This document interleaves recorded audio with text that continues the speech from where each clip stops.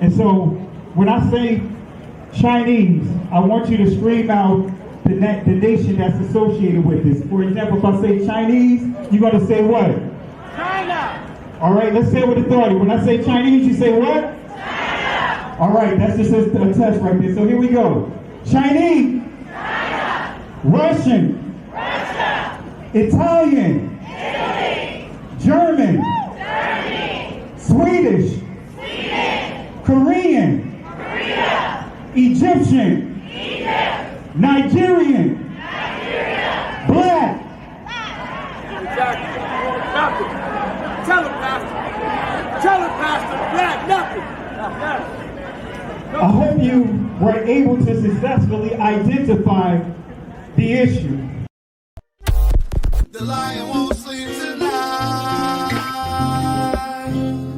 'cause we woke now, and we woke now. I said the lion won't sleep tonight,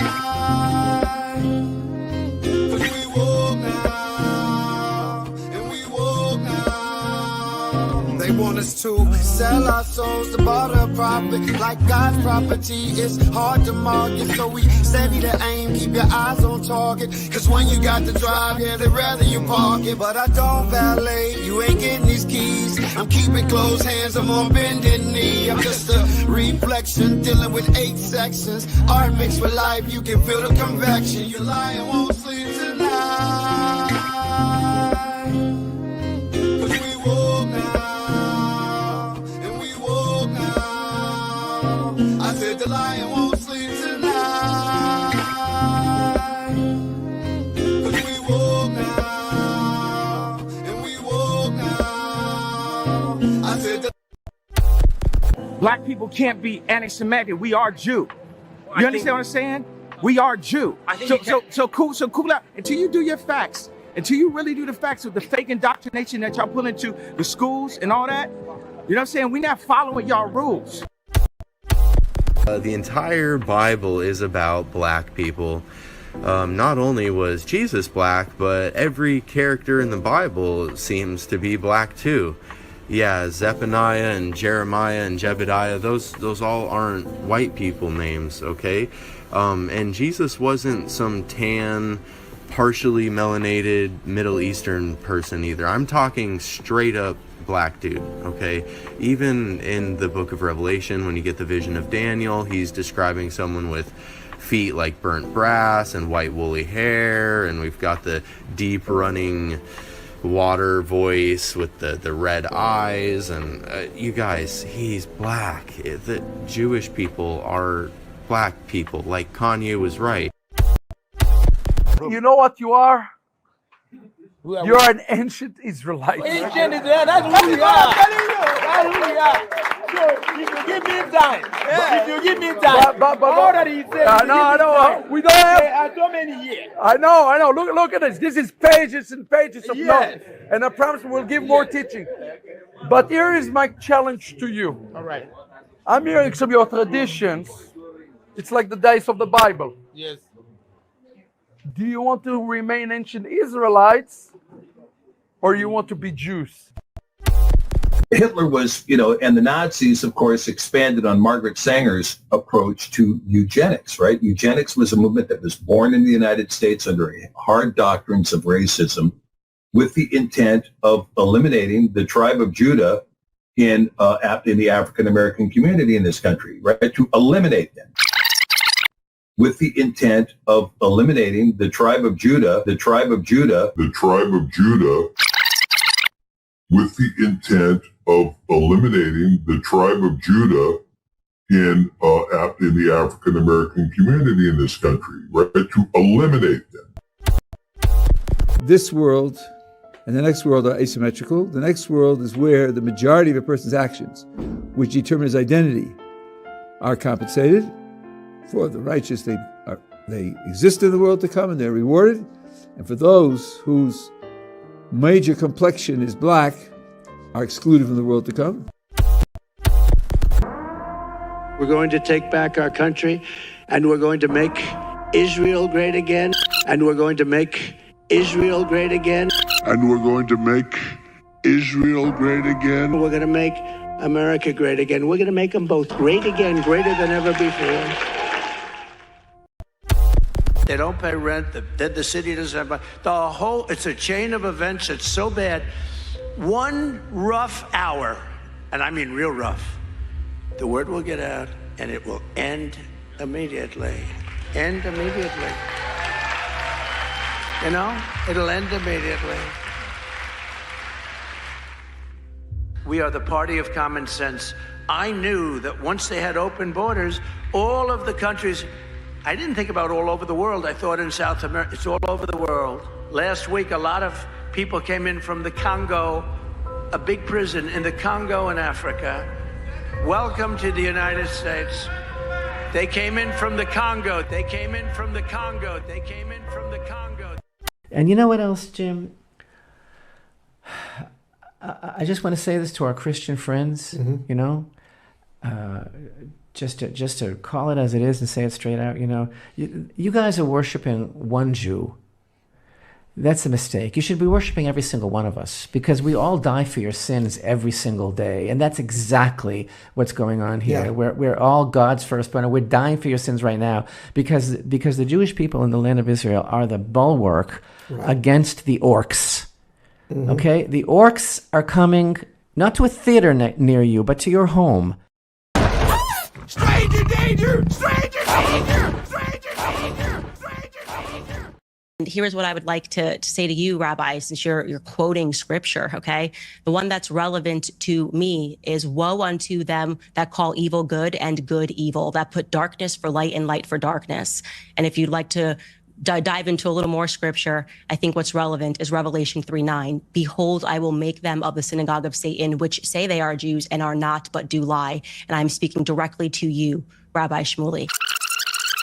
Revelation 3:9. Behold, I will make them of the synagogue of Satan, which say they are Jews and are not, but do lie. Revelation 3:9. Behold, I will make them of the synagogue of Satan, which say they are Jews and are not, but do lie. And I'm speaking directly to you, Rabbi Shmuley. And I'm speaking directly to you, Rabbi Shmuley. And I'm speaking directly to you, Rabbi Shmuley. The fact that you would try to say, I am Jewish and this is what I believe, and do and say the things that you are doing. People can see and hear evil, and what you are doing right now is an act of evil. The lies that you are telling, not just on me, but also on my family members, are a good example for the world to see what we are referring to when we call something radical Zionism.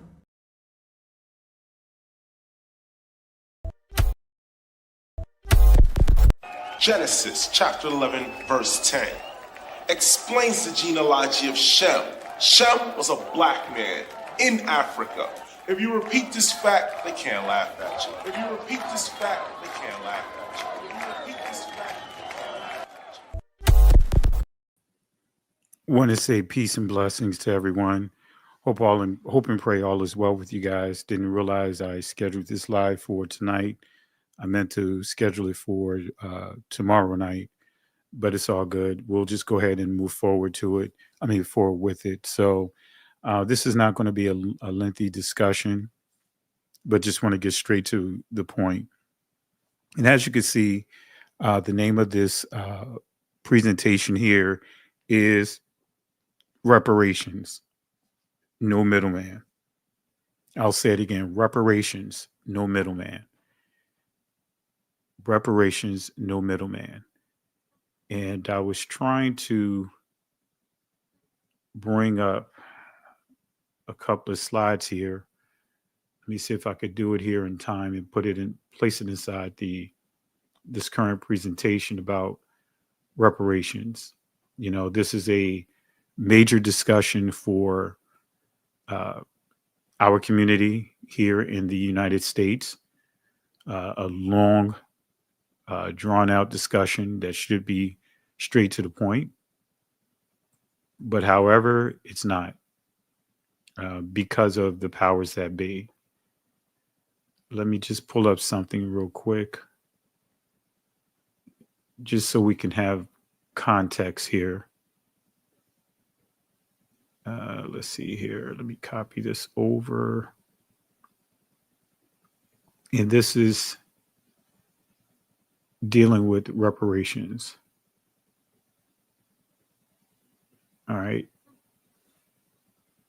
I'll put this slide in here too, just so that way we can have context,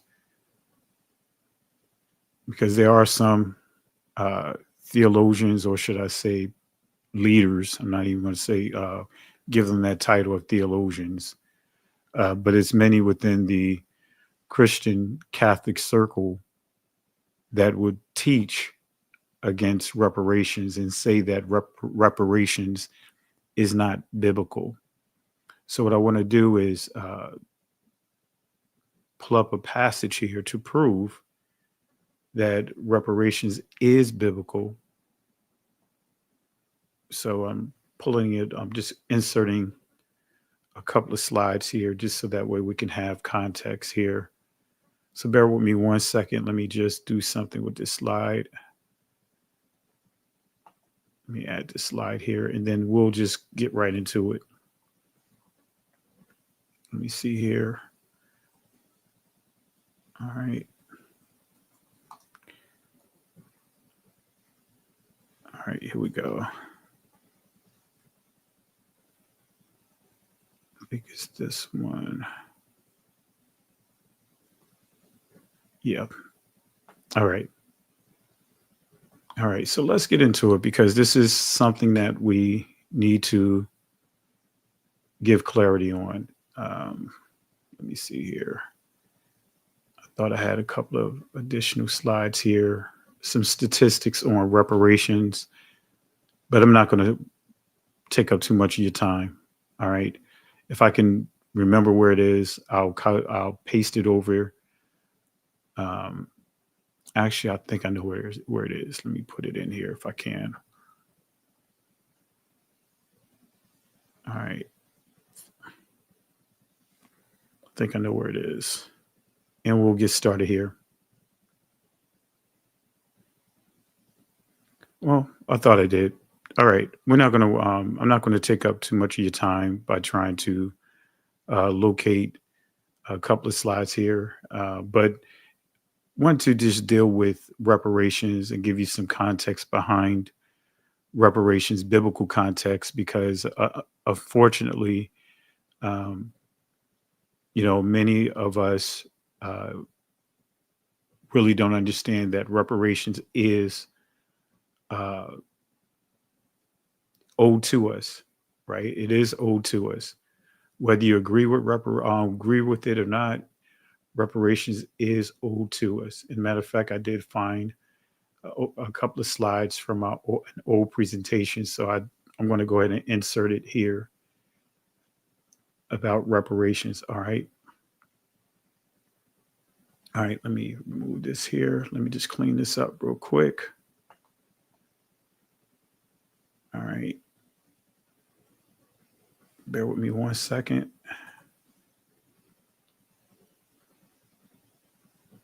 All right. All right, I got it here. All right, we good. Just cleaning it up. But let's go ahead and get into it. All right, let's get into it. Just want to have this discussion here tonight about reparations, but I want to deal with a key organization that triggered me to doing this lesson. All right, and that is the African Union. And I actually received an interesting email after, I guess, someone saw me that's connected to that organization mention them in the video I did, a live I did last night. All right. But nevertheless, let's go ahead and get into it. And I will touch on some key things. Let me go ahead and make sure that things are displaying here correctly. Let me close this out here. All right. All right. All right, family. Let me stretch the screen out. I just want to make some adjustments to my presentation, add a couple of slides. All right. So let's go to get into it, family. Let's do it reparations, and I'll explain why I say no middleman. We don't need a middleman. All right. So, but let's take it slow here. All right. PBS, should the United States pay reparations to Black Americans May 10th, 2019. This is coming from an article again, published by PBS. And what was interesting about this article is, as you can see in the background here, should the U.S. pay reparations to Black Americans? History can't be rewritten, but can it be redressed? Even though the United States ended slavery more than a century ago, the effects of the atrocities still endure. Does the United States need to make up for that? Absolutely. If so, are reparations the answer? Absolutely. Many sides bring up many issues: feasibility, eligibility, responsibility, just to name a few. They all converge on one question: should the U.S. pay reparations to Black Americans? So this is some of the yays, and I'm going to give you some of the nays from this article that's at the bottom here.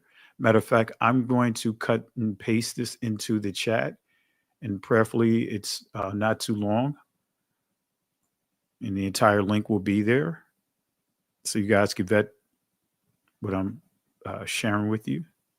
All right, here we go. All right.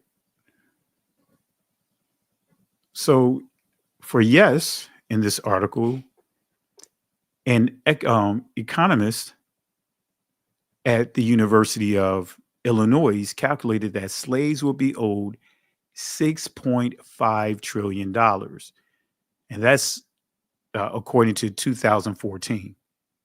$6.2 trillion. And this is from the New Republic, excuse me. So 2014, $6.5 trillion. But then you had a no, some that says no, right? And the no that it gave here, for the reason why many would say no, is reparations would cost the U.S. government between $5.9 and $14.2 trillion. In 2015, total federal spending equaled $3.8 trillion.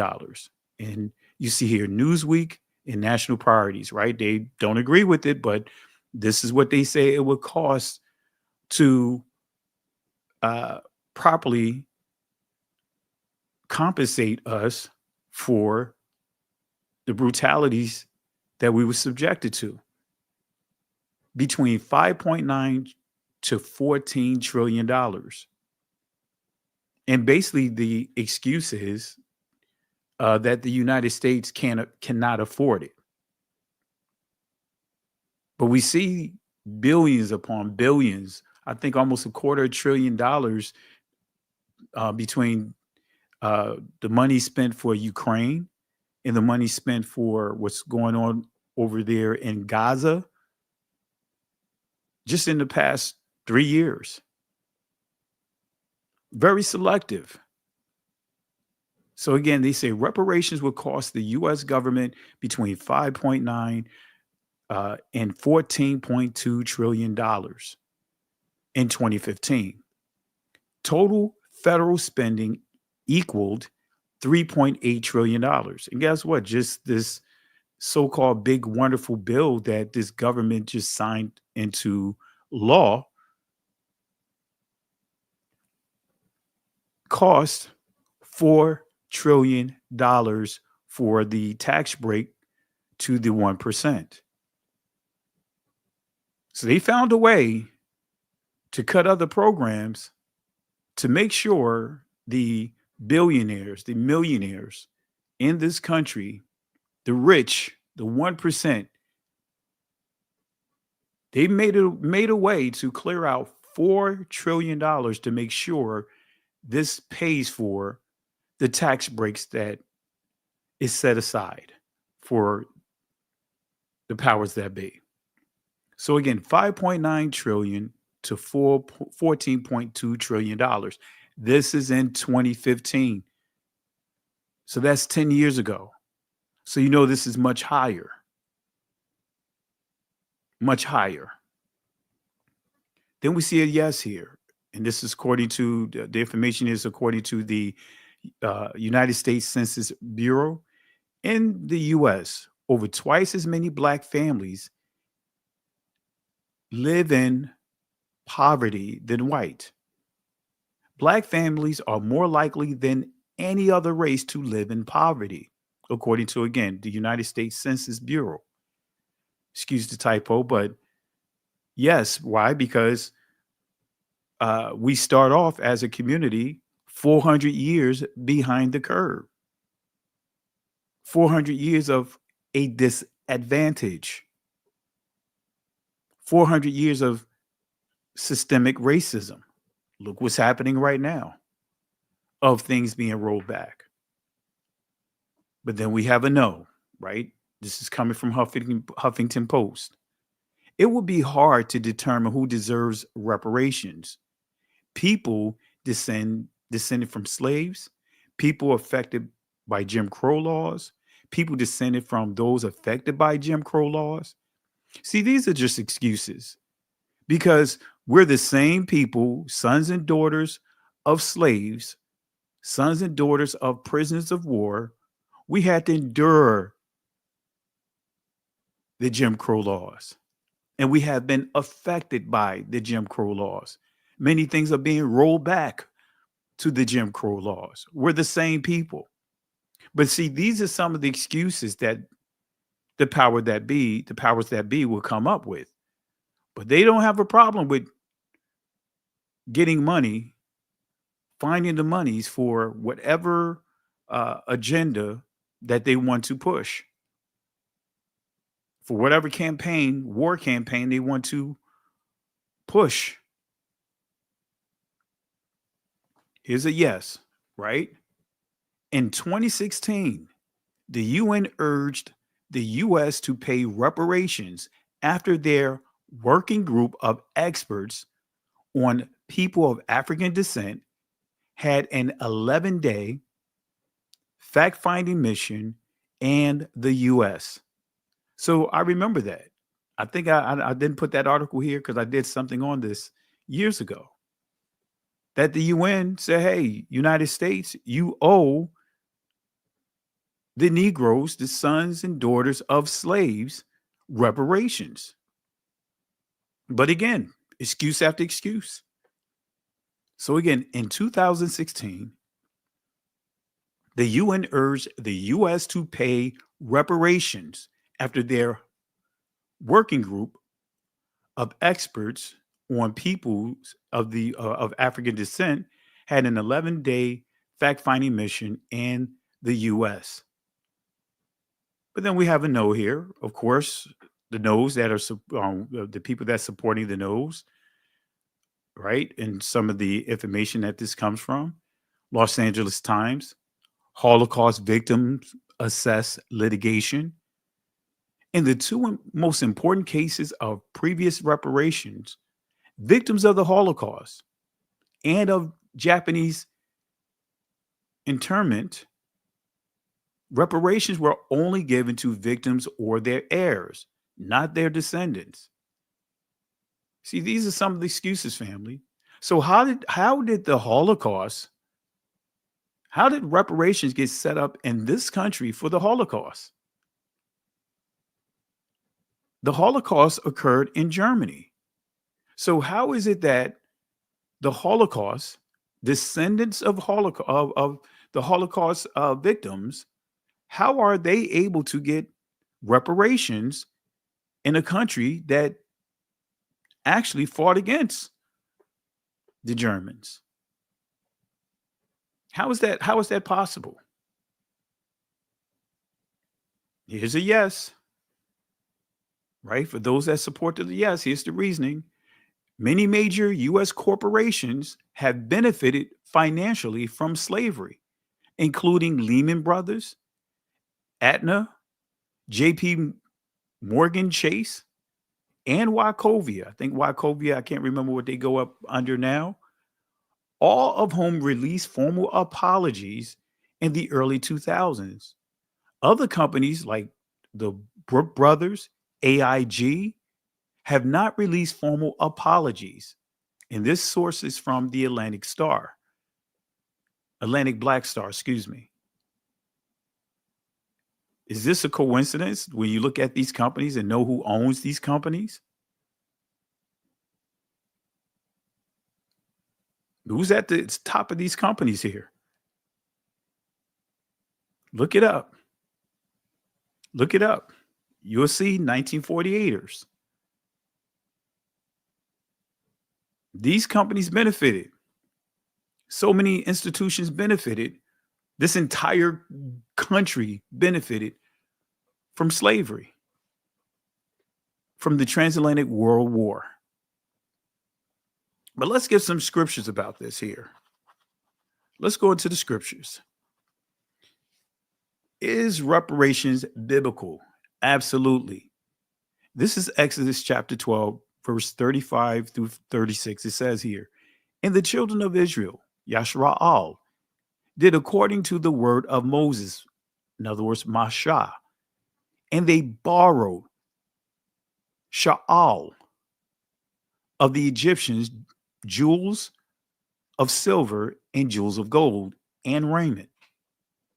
Now, we're going to break this down because, of course, they did not go after being enslaved to the Egyptians 215 years. They didn't go and say, we want to take out a loan. So words have meaning. Translations can make a world of a difference of how a passage reads. And Yahweh gave the people favor in the sight of the Egyptians, so that they lent Sha'al Wath unto them such things as they required. And they spoiled Natsal, the Egyptians. So let's break this down real quick. The children of Israel did according to the word of Moses, Mashah, and they borrowed. So did the Israelites take out a loan? Did the Egyptians extend a line of credit to the Israelites? No, family. Let's look at what borrow actually mean. To inquire, to request, to demand, lay to charge, sha'al. So they are to what? Demand. Like, hey, reparations. You enslaved us. You got all this free labor. Now pay us. Give us what's owed. So Israel was instructed to what? Demand reparations.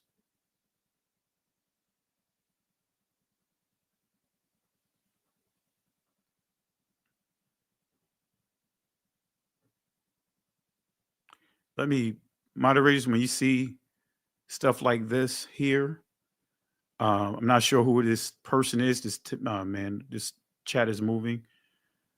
Put them out.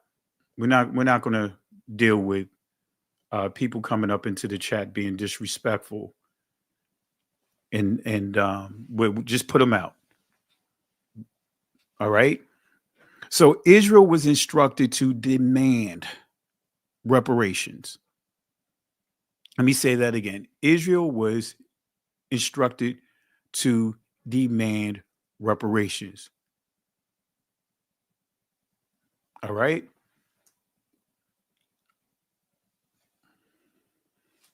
Let's go to this next slide here. So as instructed, Israel requested reparations from the Egyptians. Now, just to give you a little context behind it, let me go ahead and, matter of fact, I see Sister E inside the chat. I'm going to drop the link, Sister E, if you want to jump in, because I'm going to get to this section that I'm sure that you want to provide input to. So I'm just kind of building this up to give clarity on reparations. So I'm going to drop the link if you want to jump on. Feel free to do so. All right. So we proved that reparations is biblical.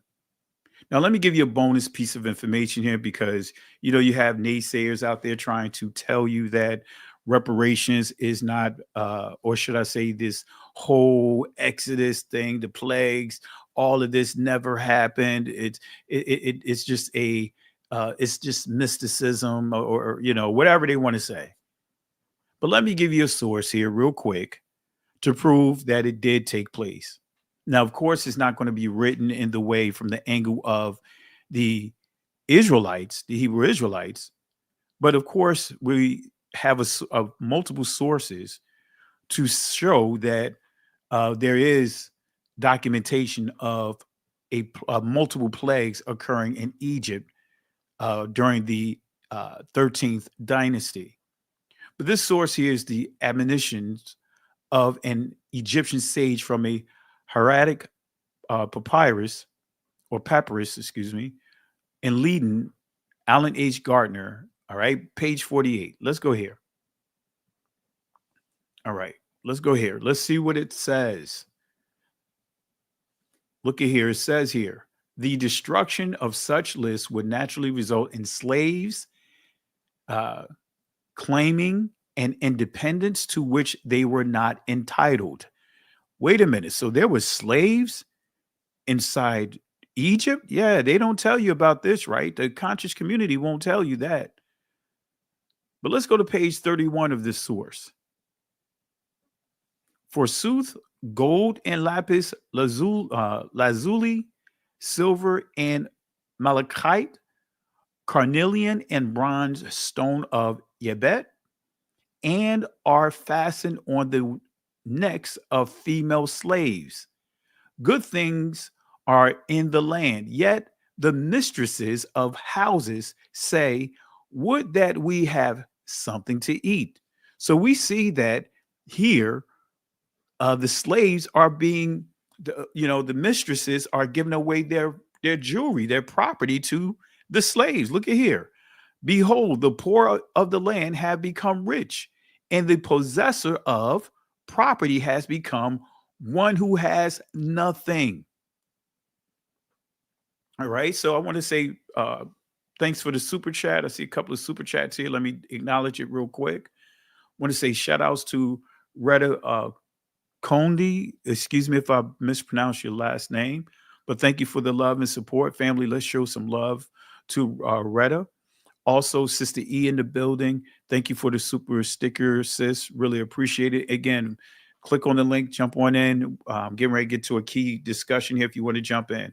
All right. Appreciate it. Thank you for the super chats, and family. Let's show some love for the contributions tonight. All right.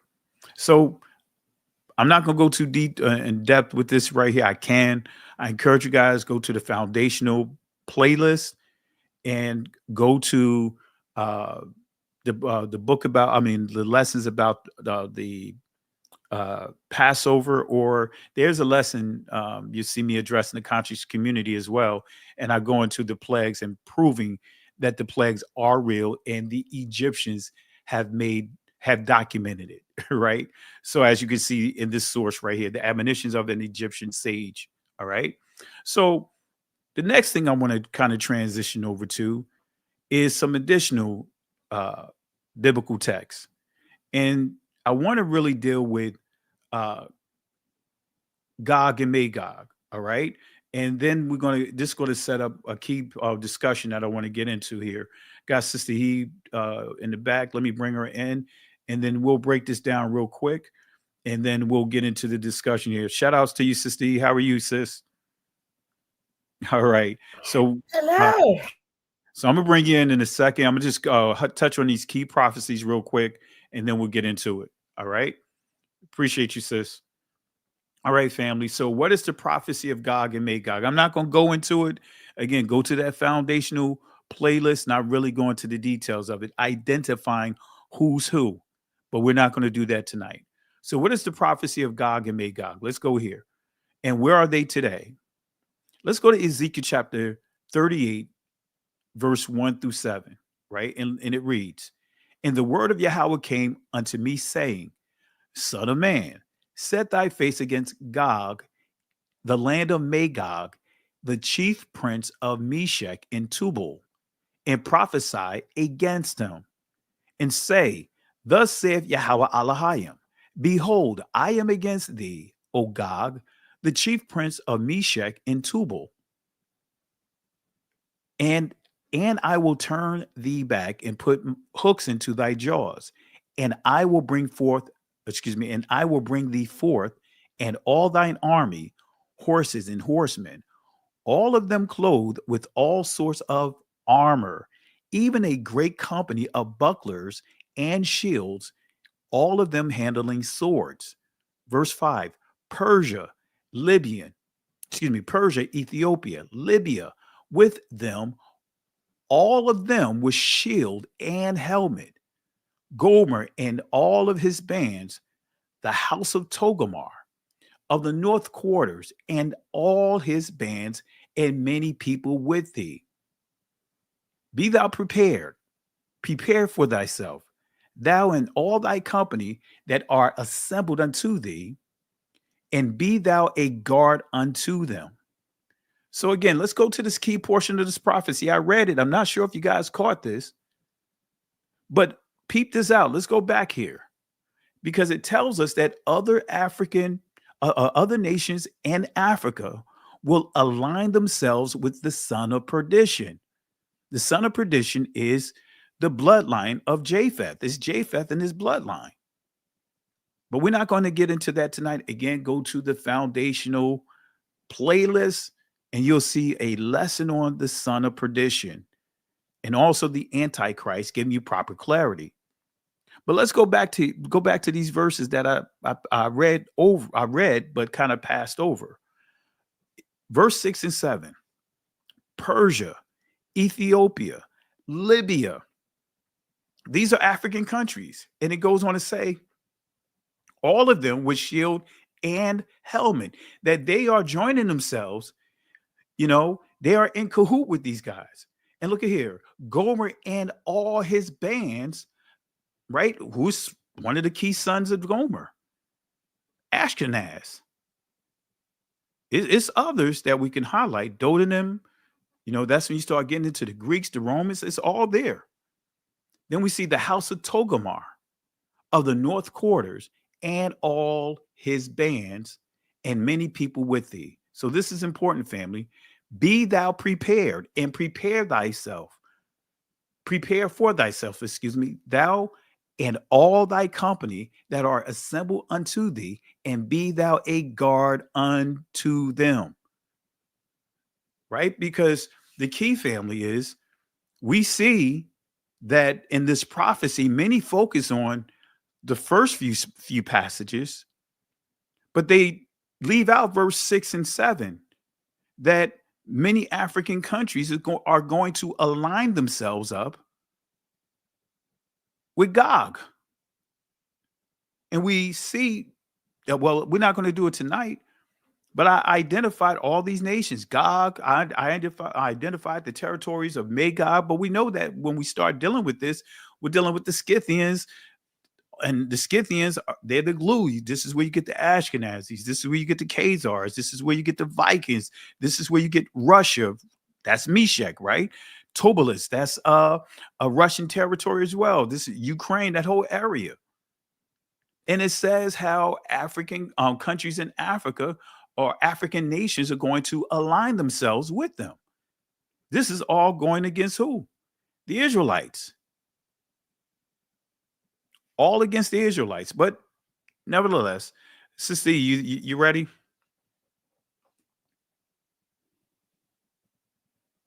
All right. If you're speaking, take yourself off mute. But nevertheless, whenever you're ready, just feel free to jump on. All right. She may have stepped away from her desk. So let's. Oh, you told me to wait. That's why I'm quiet. I'm just listening. Oh, no, you probably didn't hear me. I asked you if you was ready. I'm ready whenever you're ready. I'm just I'm listening for now. Okay. And watching the chat too, because yes, a lot going on. Okay. Well, this is the section that the portion that I really want to set everything up for.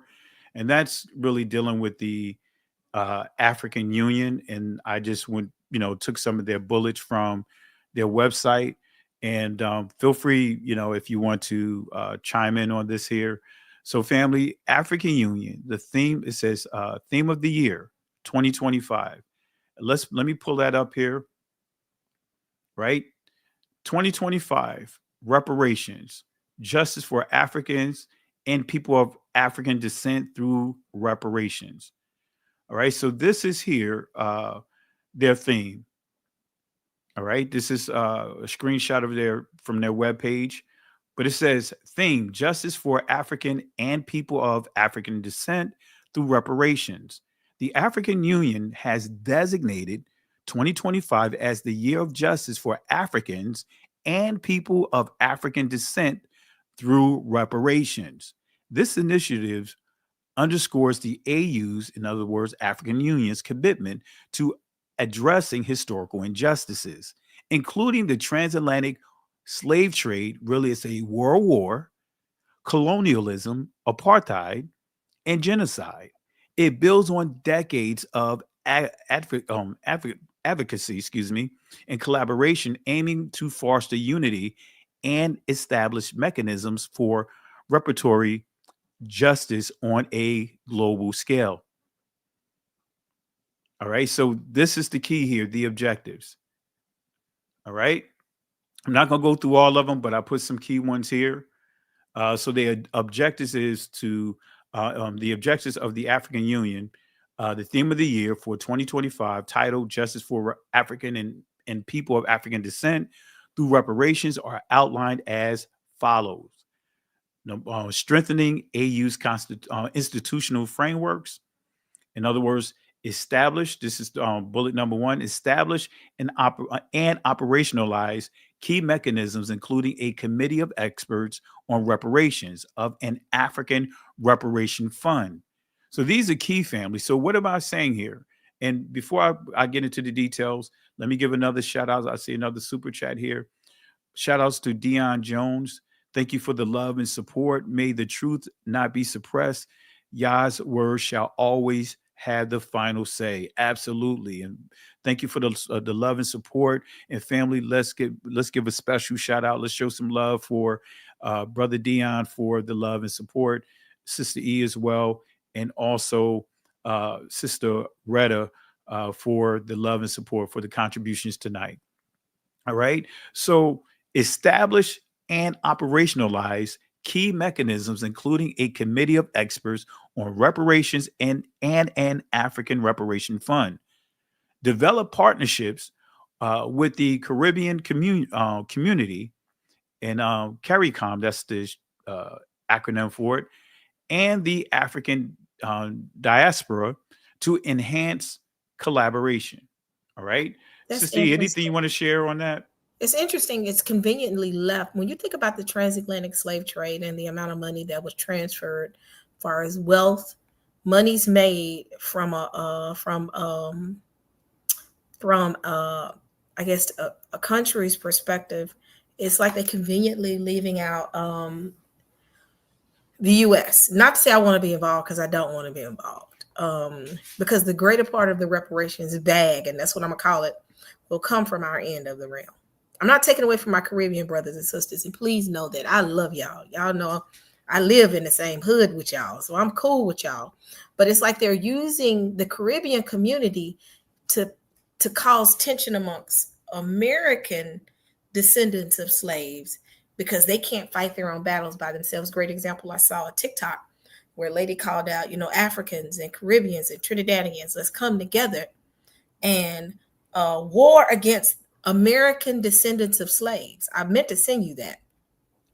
African woman did that. She did a whole thing of, since you're going to boycott us, the Caribbeans and the Africans are going to come together and fight against us. And I'm sitting here like, even the Caribbeans in the comments are saying, leave us out of this. This ain't our fight. This is your fight.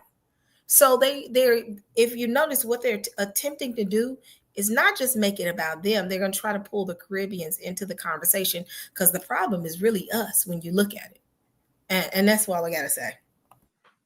Absolutely. You hit it on the nail. And family, I didn't have time to do it, but I wanted to bring some video clips of what Sister E pointed out, as well as some clips from when they did the year return, and some of the situations that some of our brothers and sisters was subjected to, because things that occurred, property being taken from them, you name it, and it was a major it was a major thing that occurred. It was on a number of news outlets on an international level. I believe BBC covered it as well. So, but nevertheless, as Sister E pointed out, there is some red flags, and we're going to highlight it. We're going to highlight it, and these objectives make it clear when you really go into the details here. Because I'm going to summarize each one of them as we get to a certain point, just to kind of show the red flags here that I want you guys to pay attention to. So, number 2, it says operationalizing reparations as a flagship project. So this would be the priority. This is the main task that they're going to focus on. This is the initiative that they're moving forward. This is priority number 1.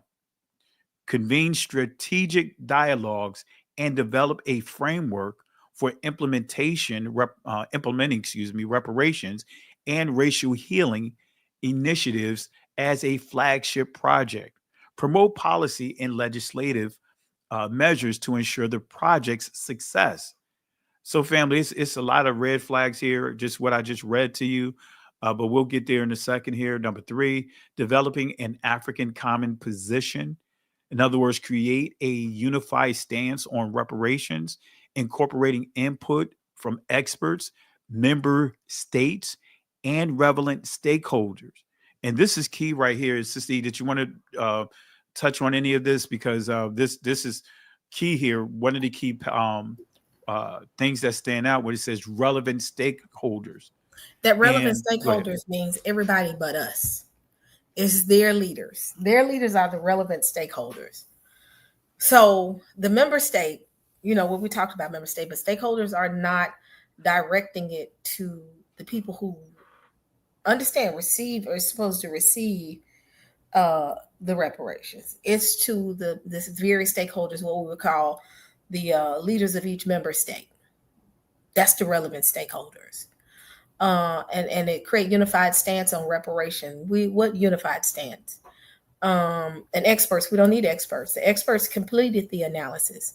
They know how much money is owed, how many years. And if you really look at the meat of the reparations from us, it's dealing with 4 acres and a mule. That deals with our land, the things that, not our land, but the things we lost being here. So I hope that makes sense, but I don't want to cut in. I want you to finish because I do want to talk about in a little, probably next couple of days from now, what is reparations to us. So yeah, I'm gonna stop right here.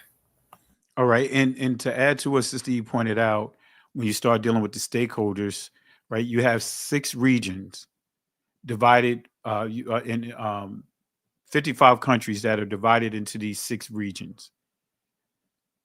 And these are African nations, right? Divided into 6 regions. And it's interesting that they chose the number 6 as that number. And when you read Revelation chapter 11, you'll see 666.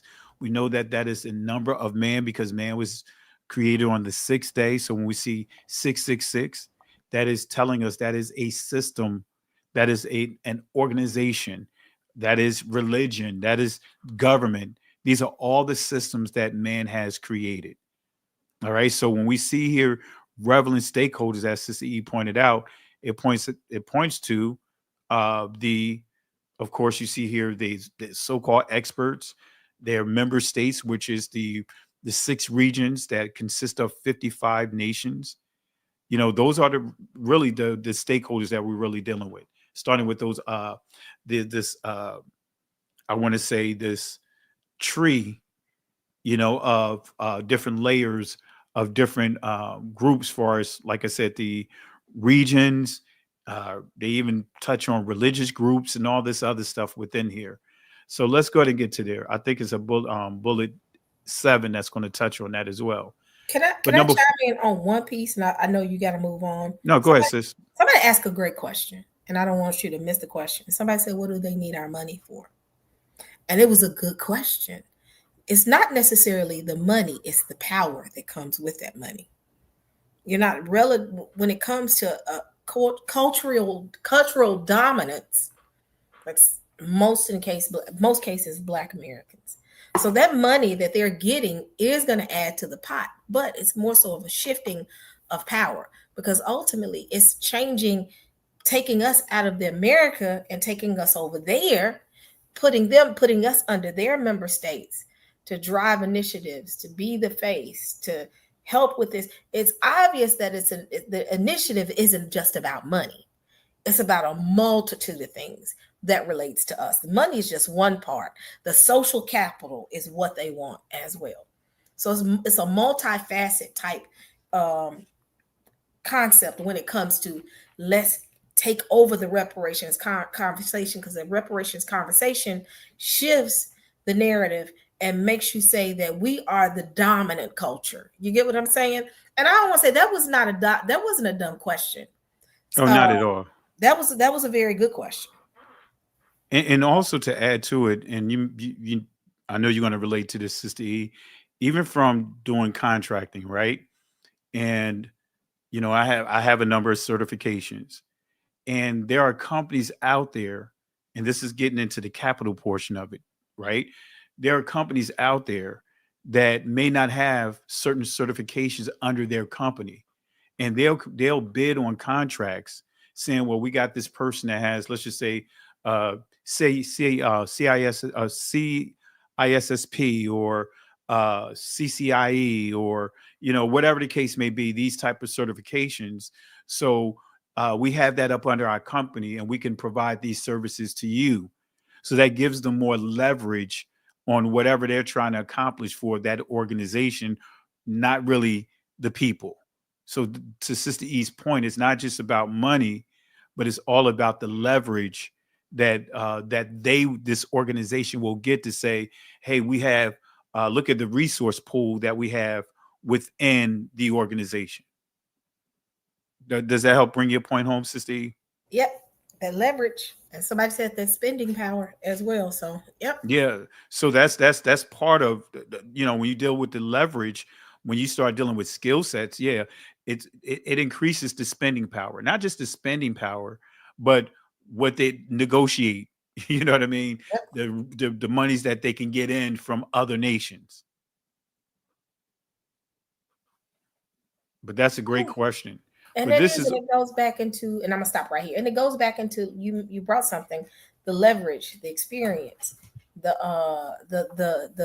even though they said they have to teach us diplomacy, someone said that they don't have to teach us diplomacy because we were raised in it, every single one of us. So you're taking that skill set, and you pretty much, that's gonna be, they want to be the new slave master over us, because it's deeper than the money. It's the new slave master, and the slavery is us bringing in our wealth of knowledge, our wealth of our skill sets, our ability to we're nation builders. So it's deeper than just that money, the money that they're going to get off the top. So I'm gonna be quiet now so you can get to the next point. I can talk all day about. No, you're good. You're good. That's why I pulled you in, because you're familiar with this, and actually you brought it to my attention. You know what I mean? So and I think that this is a good topic to really deal with, because most of our people really don't know these things are taking place. And some of the questions that you and I discussed is, what do they know that we don't know? Well, all of a sudden they're calling 2025 the year of reparations. Are they onto something in these hidden conversations, or behind closed doors discussions that we're not privy to? So, these are the questions we should be asking. All right. So number 7, I'm gonna skip down to number 7. Didn't want to go through each one of them, but number 7, building multi-stakeholder partnerships, strengthen collaboration between civil society, governments, religious organizations, and the diaspora to advance reparatory justice. Reparatory. I said reparatory. Reparatory justice. So think about this, family. And these are some of the questions we have to ask. And these are some of the red flags. Number one, when I see, of course, civil society, that's a buzzword there. What do you mean? What do you consider a civil society? Because many of you guys may not know, that when you see that there's a difference between the word pagan and the word heathen. Pagan, and you can look this up. Just pull out your just go to etymology online if you don't have an etymology dictionary, and you just look up pagan, and it's going to tell you pagan, for the most part, refers to civilized Caucasian communities that may not believe in the scriptures. And heathen is referred to barbarian, right? Countries, African countries that they consider to be barbarians, excluding anyone that embraces Islam. Now, just if you want, family, if you want to check what I just said, vet what I said, just go to Google, open up another browser, go to Google and just type in pagan etymology, and you will see exactly what I just pointed out there. Words have meaning. All right. So, again, strengthen collaboration between civil society, governments, religious organizations. Now, you guys, that should be a red flag right there. Religious organizations. All the Abrahamic so-called religions, they call faiths, enslaved us. From Judaism to Christianity, Catholicism, Islam, enslaved us. So why do we see here religious organizations? All of these point to what? Systems of men. Sister, any comments? I'm just listening. I'm listening. Everything you said makes sense. I don't want to jump in because you said it pretty much. Dealing with systems, when you're dealing with religious organizations, when you even look at the initial slave trade, what was it driven by? Religious Exactly. Which is the Catholic Church. You have those, what do you call it? The pepper bulls. Yeah, the Papal Bull. Yeah. Proper bulls came straight from the Catholic, the Catholic Church, as far as kicking off the beginning of the transatlantic slave trade. So that's a key component that they want to utilize. So I'm listening. And so the Arabic slave trade, or war, if you want to call it that, preceded that and set up the transatlantic world war. And we do know that the 1948ers, the name stealers, they played a major role as well. When you start getting into the ports and the slave ships and all that. All right. So they all played a major part. So think about this here. Somebody said they changed the meaning. Let me see here real quick before we continue, because we want to get in some, highlight some red flags of the African Union's objectives here. But let me just do this real quick. All right. And you want to click on the online etymology dictionary.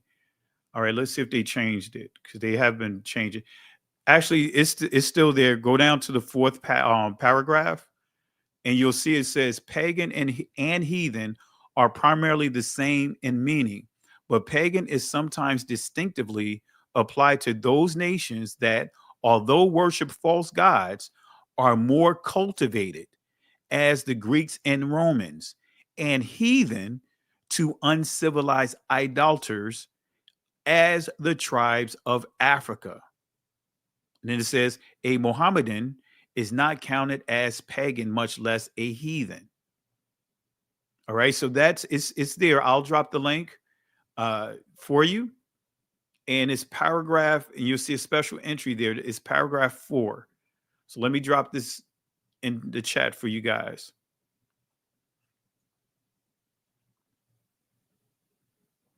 All right, and I'll see if this allow me to do this, but I'll post this definition here. I may post it in 2 parts because it may be too large. All right, let's see here. And this is a quote from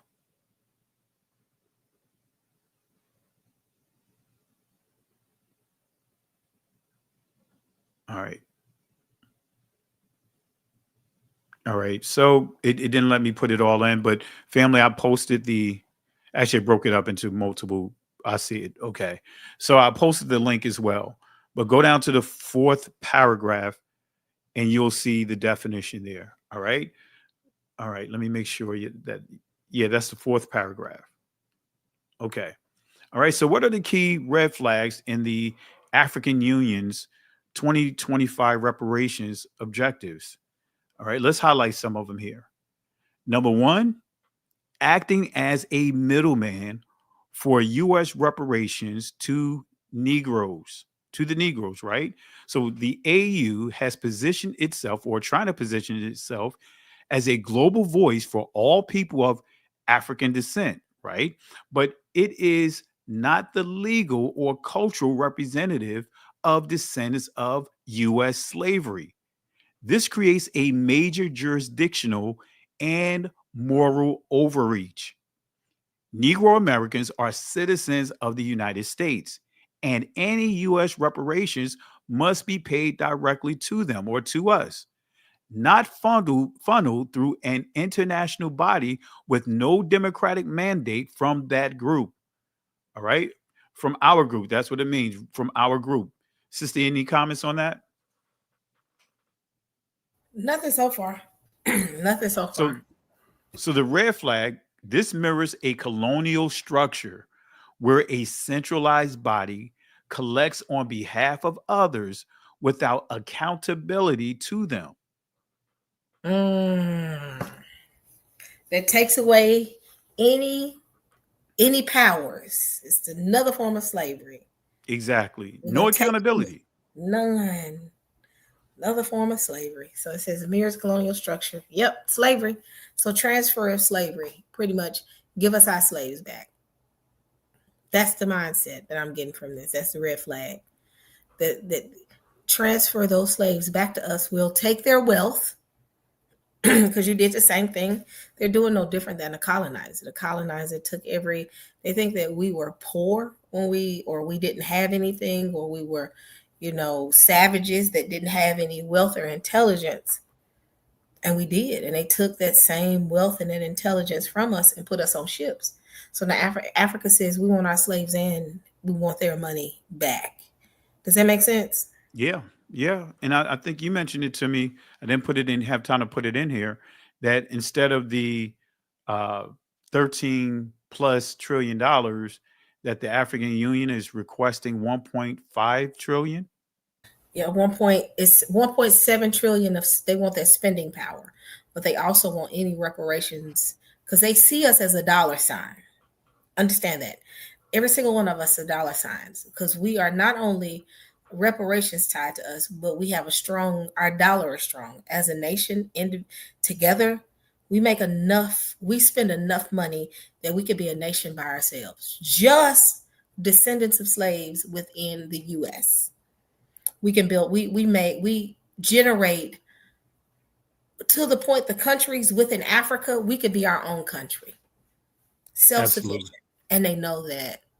So that $1.7 trillion of spending power is probably more than that, and they're not being honest with us. So you're talking about that, the reparations, the spending power, the skill sets. They're looking at us like we one walking dollar sign. We actually are to them. We are. All right. And number two, the 12 trillion disparity versus AU's 1.5, 1.7 trillion X, right?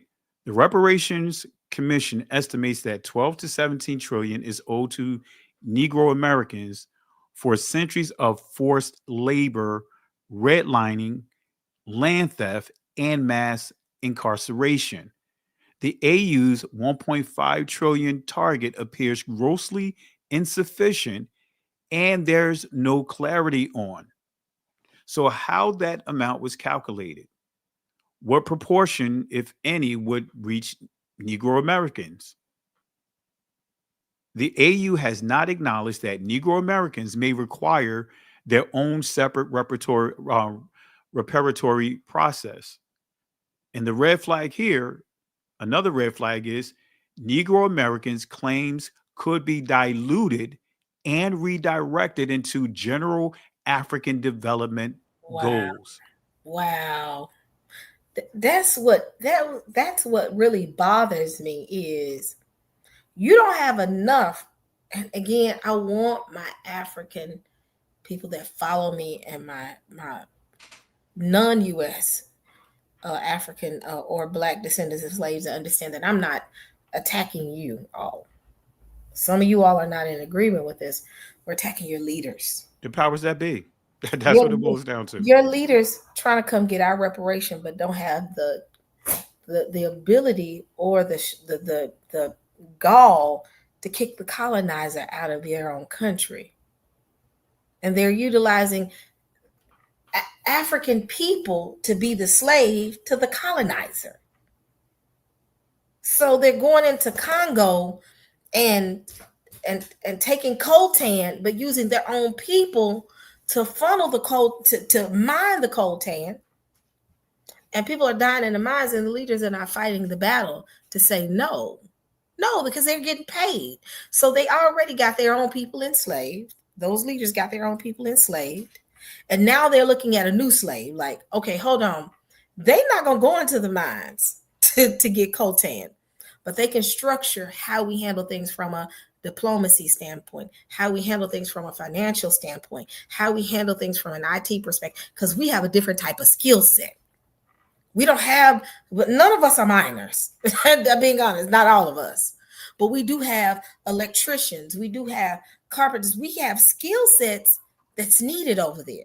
And I don't care what anybody say. If let's say we did all just pack up and left, and we decided to become a part of this, do you realize how much momentum Africa could have with the skill sets that we've acquired throughout living in the U.S.?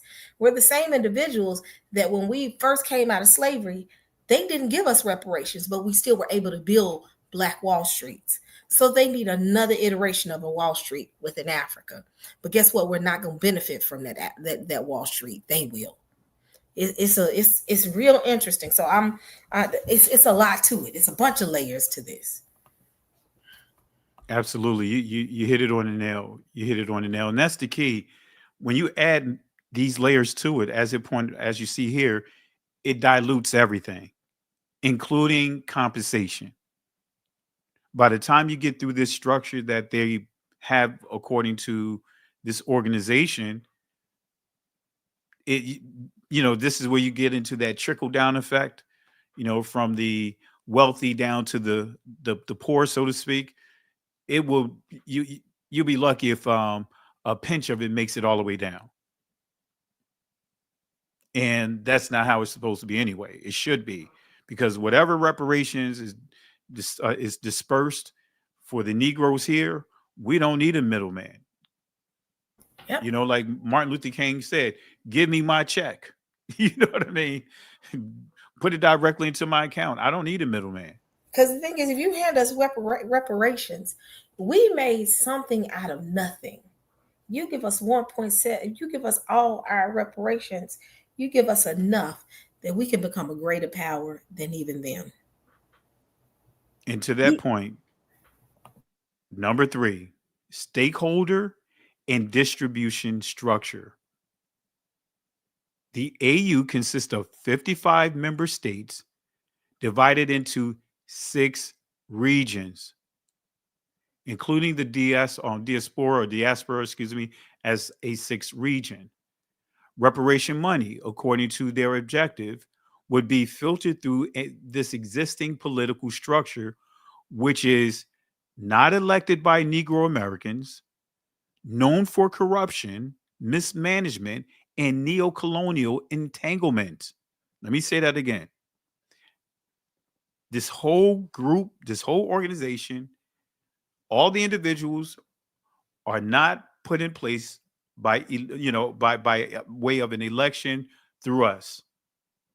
Many of these countries, and I'm not trying to put down, as Sister E pointed out, this is not to our brothers and sisters. This is dealing with the institution, the powers that be, that's running these different nations. The leaders, many of them are known for corruption, mismanagement, and neo-colonial entanglements. as you see here, as the IMF, the China, France. Those are some of the examples. We could put Russia up in here. We could put Spain. We could put some of the others. We could put the United States. We could put others up in this list here. Prioritizing infrastructure and development, not direct payments to descendants of enslaved people. So you didn't see anywhere in their objectives of direct payments or monies going to the actual people that was enslaved. So again, the priority is on infrastructure, as Sister E pointed out, and development, but not direct payments to descendants of enslaved people, us. So a red flag. Stakeholders include governments, NGOs, and educational institutions, not actual descendants of slaves. Any comments, Sister E? I'm listening. It's right on target. You know, I'm gonna jump in when I got a point. Okay. Okay. And for those that don't know, this is You sound like you want me to NGOs. hop in. You want me to say No, something? I'm just going. I just want to make sure you have opportunity, to jump in, because I could go. So, but family, this is non-governmental organizations. That's what this acronym stands for. So I just thought I'd mention it. So it's up to you, sis. I'm not going to I'm force it. messing with you. I'm making me a cheeseburger too because I haven't eaten. Oh, So. that's what it is. I'm All right. talking and I'm eating. You know, we just left that other meeting. No, So I'm just picking with you. I'm gonna keep listening because I do have some points to make, but that one slide said it all. So All right, and number 4, focus on policy. Right, the focus is on policy, institutions, and healing programs, not direct compensation for the sons and daughters of enslaved Negroes. So the AU emphasizes creating think tanks and center of excellence, strategic dialogues, scholarships, and policy frameworks.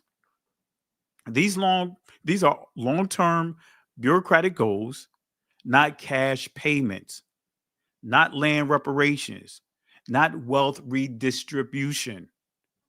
And so the red flag in here is its development aid model, not a justice model. Right? Let me say that again. It's a development aid model, but not a justice model. All right? Number 4, I think this the last one here. I think I numbered this wrong, but next one is lack of U.S. descendant representation and planning. Nowhere in the AU document is there a mandate that Negro Americans, especially grassroots or lineage-based organizations, have a seat at the table. Here in the United States, you have the term FBA, Foundational Blacks. All right. Or what's that? The ADOs, American Descendants of Slaves. Different grassroots organizations. So as you see, groups like ADOs or NAASD and NCOBRA have demanded direct representation, lineage-based reparations, and no intermediaries. So the conclusion, the AU's 2025 reparation agenda, while symbolically significant, raises serious concerns to Negroes in the U.S. due to these following points: a potential overreach in domestic reparations affairs, a development heavy compensation light strategy. Let me read that again. A development heavy compensation light strategy. The risk of misappropriation, the risk of misappropriating or redirecting funds, right? Easier with all these different layers, money could come up missing. A lack of descendant-led input, control, or benefit. So guess what, family? We don't need a middleman. If reparations are dispersed, the compensation need to go directly to the recipients. And that's us that are descendants of slaves. All right. And so I'll hit on a couple of things as far as red flags for you guys to be on alert for, far as from scammers and false prophets. But before I go there, any comments, Sister E?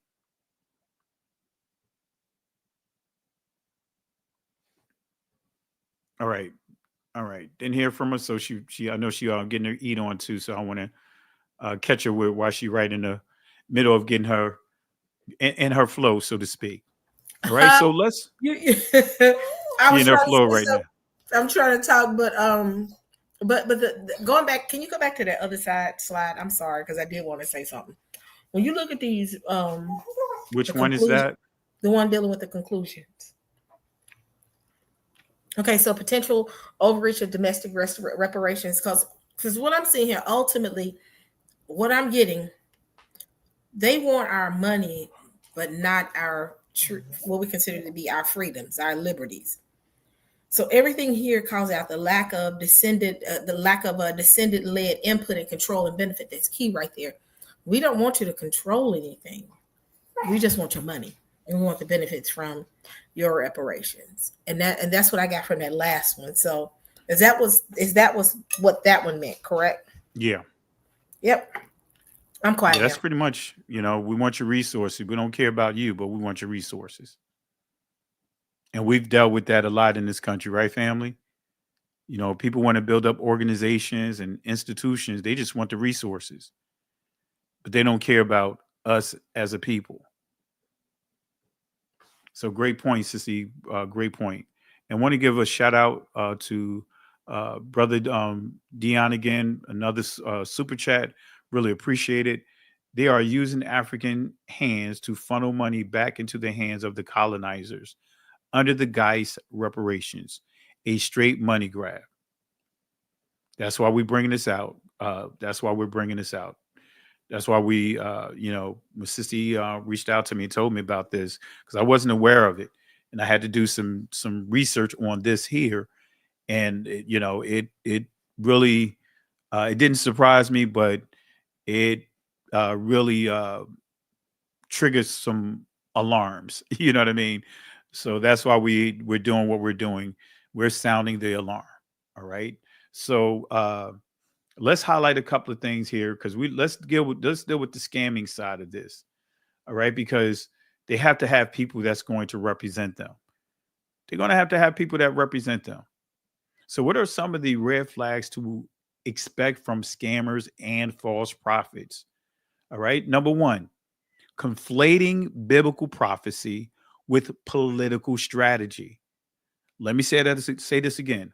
Conflating biblical prophecy with political strategy. Well, let me break that down here.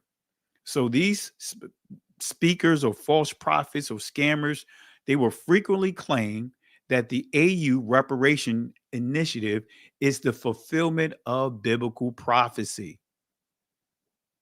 However, this spiritual framing risks masking critical political and economic red flags such as the lack of transparency, gatekeeping, and top-down control. Yes. Come on, family.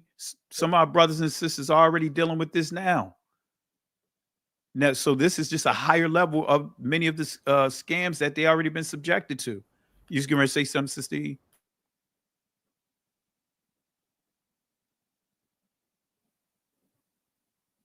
All right, I thought you were going to say something. I'm sorry. Lack of transparency is key. When they say there's a plan, but they can't tell you what the plan is, be concerned. Or they know information that you're not ready for. That's called control. So that's key right there. Gatekeeping information. You have to pay attention to false prophets. They don't necessarily have to call themselves false prophets. They don't have to call themselves prophets, but they move as a false prophet. So when you see this in these key bullet points that Pastor Kelly is pulling up, it's very important. Be wise in how you deal and listen to people when they give you a word. They'll never say they're a prophet, but they'll give you something and it'll be conflated and it'll make you question everything when it comes to the Bible. Absolutely. Great point, Sister E. And so here's a concern with the first red flag.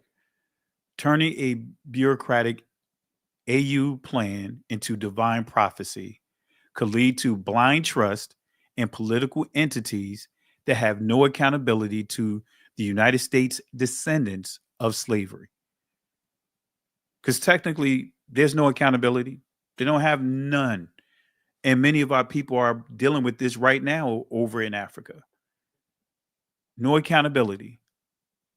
But many, our people, one thing I can say, we love hard.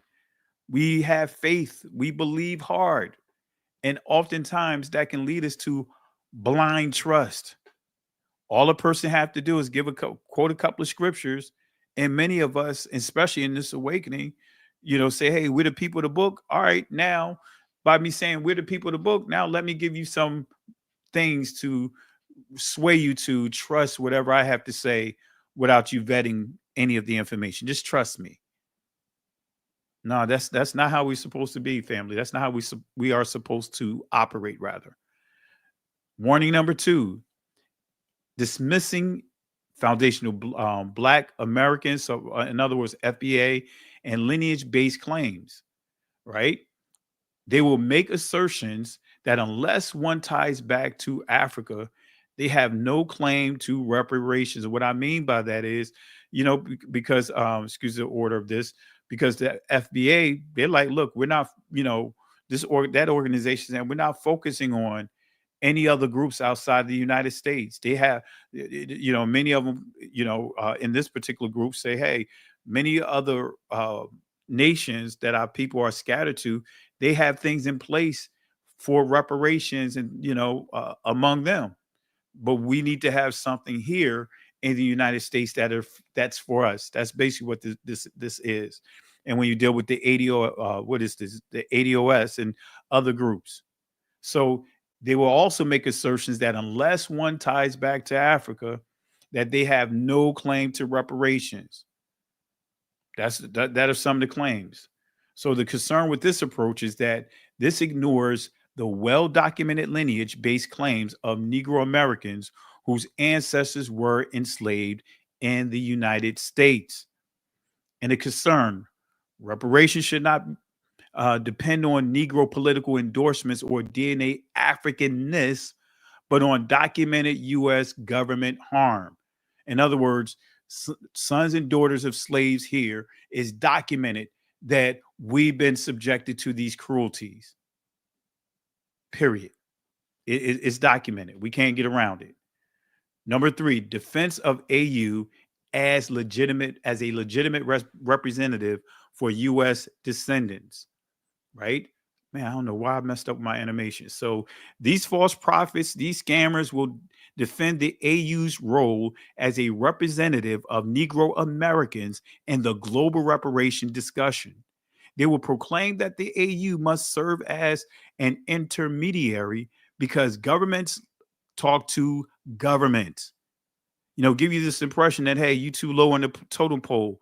We need to have it on a governmental level to have another government talk to this government.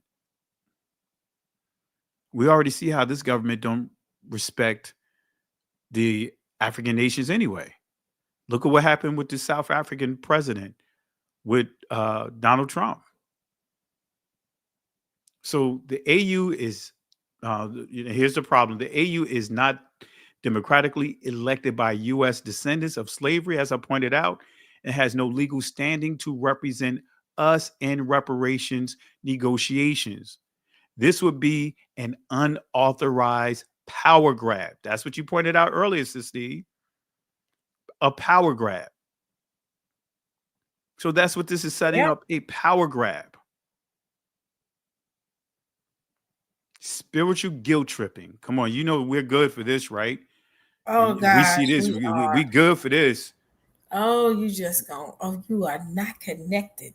Spiritual guilt tripping. Oh, Come they on, family. love to say, because you're not following this, the Most High ain't talking to you.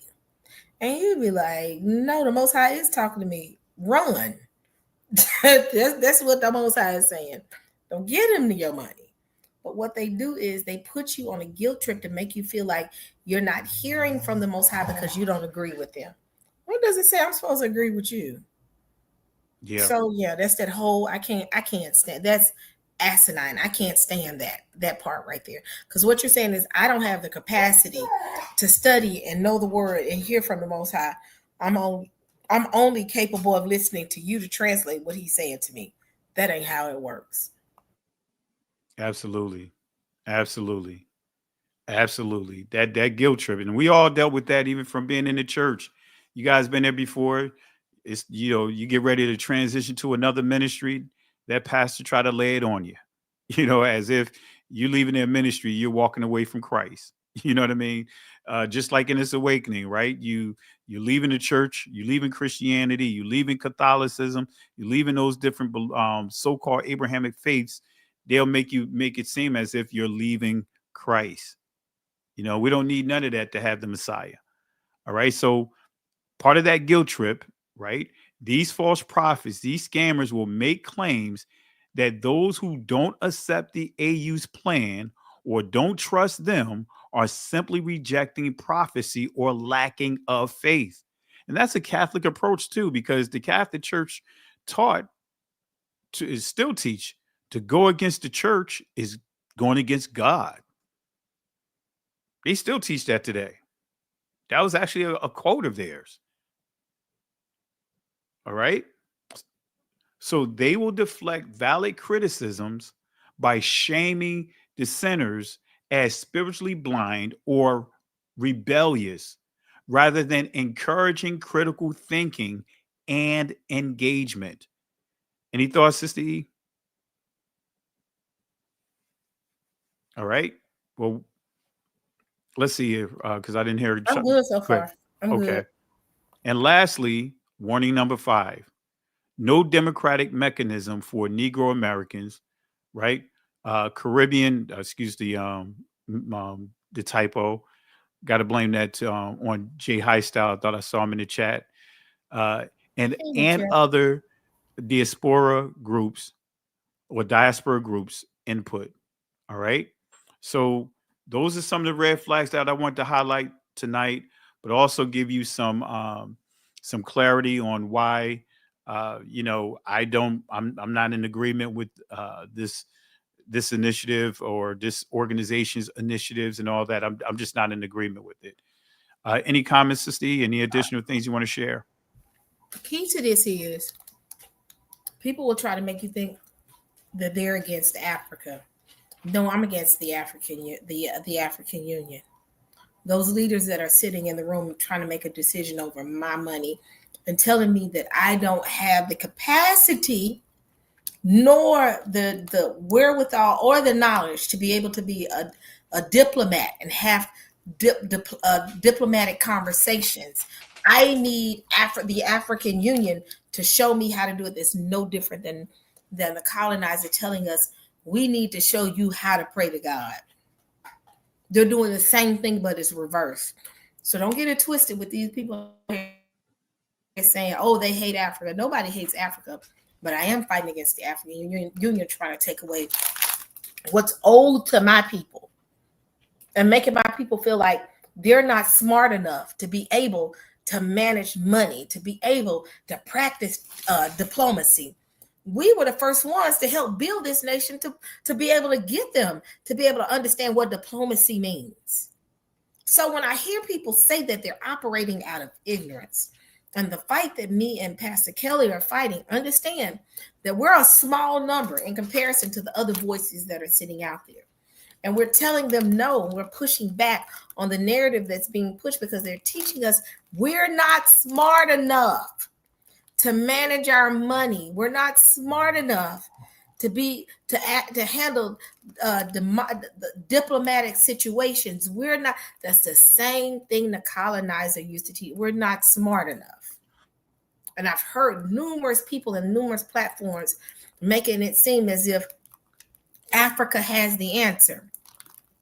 We didn't have Africa when we were building our own wealth. It was just us. Our ancestors standing 10 toes down saying, look, you ain't got to give us reparations. We're going to build our own. And we did it, and we can do it again. And when I hear our people do this, it's pretty much slapping every single ancestor that ever fought on this soil to be able to get what we have now. I don't care what nobody say. I understand we're within the U.S. We're people love to say we're in Babylon. You know what? The world is Babylon, but we've been able to sustain in this. And it's because of the blood, sweat, and tears of our ancestors. And I will stand 10 toes down with anybody that wants to argue with me on that one, because I definitively know that my ancestors had nothing. They had nothing but a dream. They had nothing but desires coming out of the slave trade. They had nothing but ideas, and they were able to cultivate those ideas and be able to build what they built, and we're still building. So when people start saying things like that in different channels and then different platforms that we need Africa, no, Africa needs us, period. And they know they need us. And they're trying to make it seem dumb us down to get the information and the knowledge our ancestors had to work for. And when I say Africa, I mean the African Union. Absolutely. So that's pretty much all I have to say. I'm at a point now, and I'm trying not to rant, but I'm finna go into a rant, and I'm at a point where I'm getting ready to have a tisk moment. And Pastor Kelly knows what that means, that I'm going to drop that link on my channel and tell anybody, come up and let's go toe to toe, because I don't like what's going on right now. You will not disregard the blood, sweat, and tears that our ancestors went through so that we can be able to go to these HBCUs, so that we can be able to go to any bank, so that we can be able to go and buy houses and buy properties and do what we need. That was the blood, sweat, and tears of our ancestors, so that the Africans can come over here and get access to the wealth. We did this. Our ancestors did this. And for them to sit on these platforms, and I'm going to say it and say that we need Africa. No, Africa needs us, because we did it. We built the framework. We built the blueprint, and they need the blueprint. And if anybody got a problem with what I'm saying, meet me tomorrow at 8:00 on my channel, and I'll drop the link, and we can go toe to toe. Because enough is enough. You will not shun what my family did, what Pastor Kelly's family did. Me and Pastor Kelly just recently, all of us with the Justice Foundation just left Savannah, Georgia, and saw what the individuals in that church had to endure. Those pastors had to endure just to be able to worship. One pastor was literally tortured, and he still came in there and did it. And didn't stop. For some people that don't have legacy to come at people with legacy and treat us like we don't have legacy, I'll see y'all on tomorrow. Man, you got your dog fired up. Go ahead, Sissy. You got your dog fired up. Dog like, look, I got to get in on this too. You preaching. You still there, sis? Yeah, I'm here. Rio was just cutting up, but I got you on tomorrow. Okay, dog. But you had the dog. It sounded like your dog was getting it too, getting motivated. But I got something for all of them. Every single one of y'all that's watching, because I know you're watching. I see y'all on tomorrow. I'm going to drop that link. Have the gall and the audacity to come up and let's tango. Because enough is enough. Y'all hiding behind these. Y'all hiding behind these cartoon characters. Y'all hiding behind these different names. Step up and let's go toe to toe. Because what you're going to do is you're going to respect the legacy of my family, Pastor Kelly's family, every single person that built legacy on this soil. When Africa was doing their own thing, we had to figure it out on our own. So I'll drop that link. I'll schedule it, and I'll drop the link. Have the gall and the audacity to meet me on Sister E's channel tomorrow. And let's go toe to toe on what that means to be foundational Black America. End of discussion. I'm done. Absolutely. Hey, your dog was sounding like this, Sissy. I was like, a hawk. You know, right? Girl, oh no. Exactly. Right? And the bird did what? Ooh. I said, bird, get back. Fly up, fly away. Yeah. Be gone, bye. Up in the sky. Nice try. Bye. Don't do Rio like that. Oh, y'all are so funny. But I'm serious. I'm serious. Dropping the link tomorrow. I'm not playing with these people. I'm done. I've had it because I've listened to the foolishness for the past couple of days and treating us like we nothing, treating us like we ignorant, treating us like we stupid. And the very HBCUs that Africa benefit from is because of the blood, sweat, and tears of my ancestors. The very single real estates that they able to purchase, the houses and the land they're being able to purchase, is because my people were lynched and fought hard for the Absolutely. access and the ability to do what they wasn't capable of doing. They're building wealth here and sending it over there and shunning us like we the idiots. No, we not. So like I said, see y'all on tomorrow, every single one of y'all, because I know y'all watching. I see you tomorrow at 7 p.m. Eastern, and step up to the mic and see what we can do as far as talking about legacy and Black Americans and what we built as a people. Absolutely. And for this question that's on the screen, I'm not sure if you see it, Sister E, what can we do? Well, for starters, we'll just use the words of Christ, words of Hamashiach. In Matthew chapter 24, verse 4, this is what we have to start with. This is what he said to his disciples when they asked him a simple question about the end, right? He said this in verse 4, take heed that no man what? Deceive you. He made it clear. And he's referring to he's talking to his disciples. He said, let no man deceive you. Take heed, hearken, Shemai. In other words, listen with intelligence. Use discernment. That's what we have to do. And then when we get down to, what is it? Verse 25, right? Because he was dealing with the time of sorrow, which that's 70 AD. But then he transitioned to another period of sorrow for us, or tribulations or afflictions, which is called the Great Tribulation. But look at what he says here, starting at verse 23. He says here, matter of fact, I'll start at verse 22. It says, and except those days should be shortened, there should be no flesh be saved.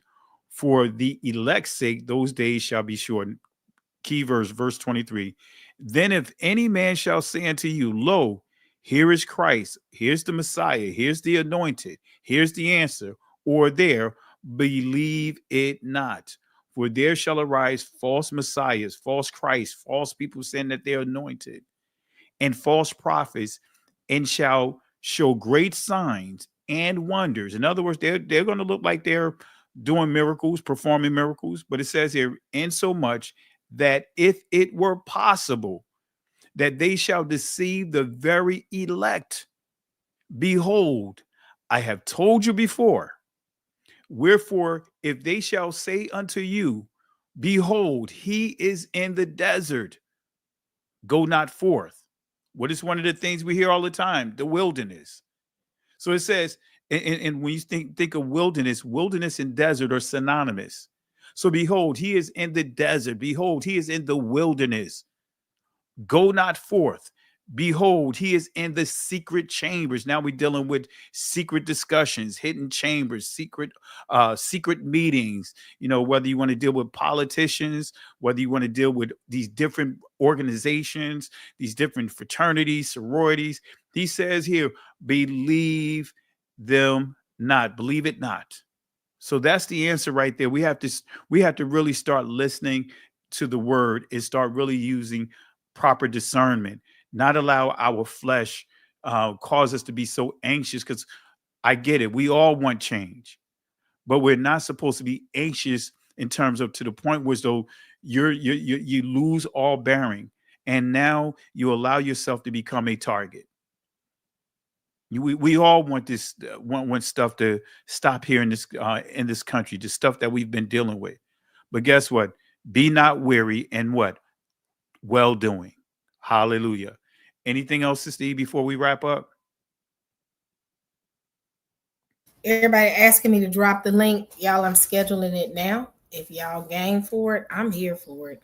Because Pastor Kelly can tell you, I didn't hit my wits end with this foolishness. So I'm scheduling it now. It'll be tomorrow at 7 p.m. And every single naysayer, I'm going to drop the link. And we can go toe-to-toe about Black legacy.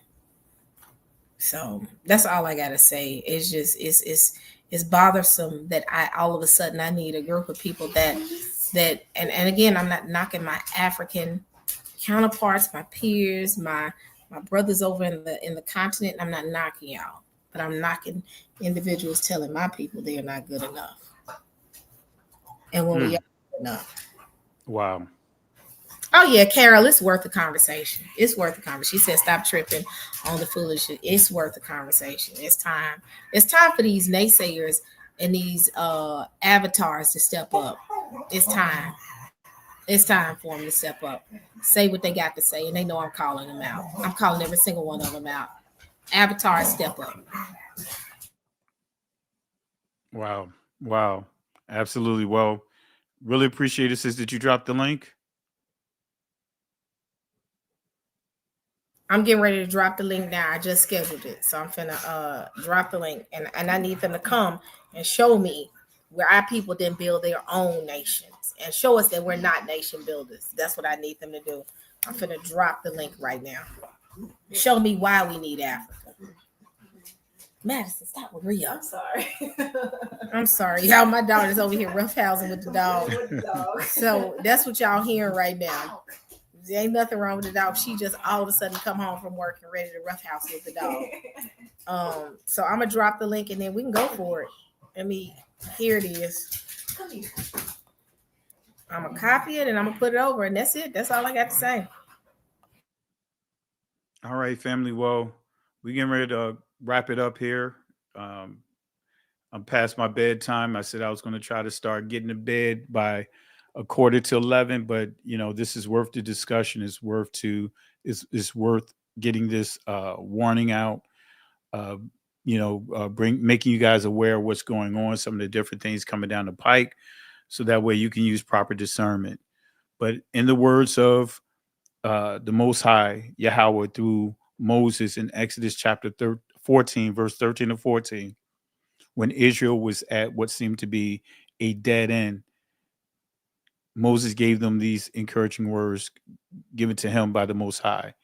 Fear ye not, stand still, see the salvation of Yahweh. These Egyptians that you see here today, they will not have power over you ever again. The Most High will fight for you. But here's the kicker. We must hold our peace. Right? The word for peace in the text is charash, which means be quiet. Can't go back. Can't stay here. Keep moving forward. Shalom. Listen, Genesis chapter 11, verse 10 explains the genealogy of Shem. Shem was a black man in Africa. If you repeat this back, Genesis 14, verse 13, Abraham steps on the scene. Being a descendant of Shem, which is a fact, means Abraham too was black. Abraham, born in the city of a black man, called Nimrod, grandson of Ham. Ham had 4 sons. One was named Canaan. Here, let me do some explaining. Abraham, Isaac was Jacob had 12 sons, for real, and these were the children of Israel. According to Genesis chapter 10, these were the children of Israel. According to Genesis chapter 10.